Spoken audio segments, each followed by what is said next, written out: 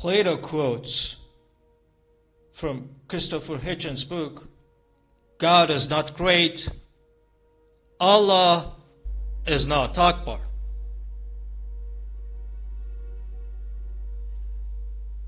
Doubt, skepticism, and outright unbelief have always taken the same essential form as they do today. There were always observations on the natural order which took notice of the absence or needlessness of a prime mover. There were always shrewd comments on the way in which religion reflected human wishes or human designs.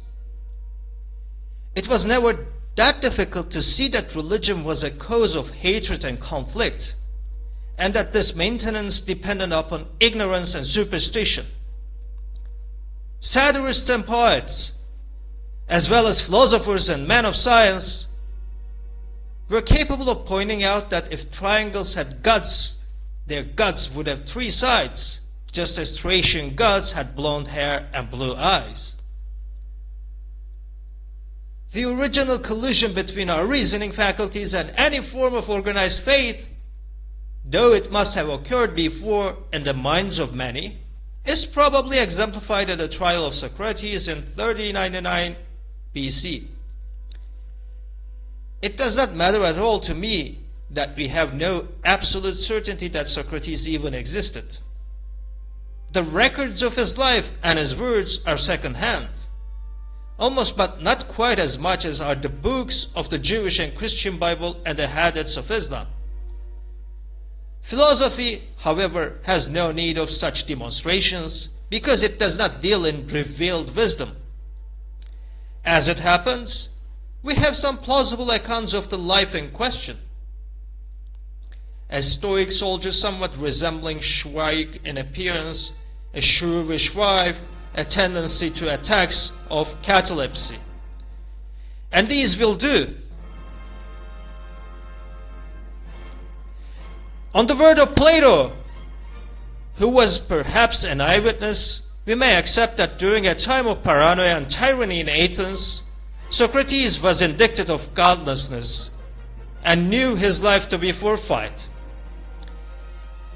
The noble words of the Apology also make it plain that he did not care to save himself by affirming, like a later man faced with an inquisition, anything that he did not believe.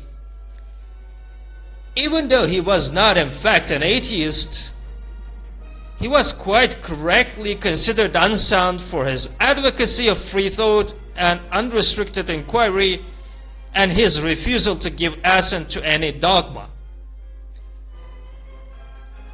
All he really knew, he said, was the extent of his own ignorance. This to me is still the definition of an educated person. According to Plato, this great Athenian was quite content to observe the customary rites of the city, testified that the Delphic oracle had instructed him to become a philosopher, and on his deathbed condemned the swell of the hemlock, spoke of a possible afterlife in which those who had thrown him off the world by mental exercise might yet continue to lead an existence of pure mind.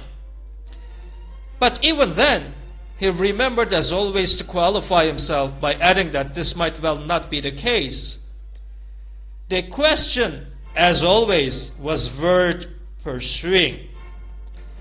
Philosophy begins where the religion ends, just as by analogy chemistry begins where alchemy runs out and astronomy takes the place of astrology.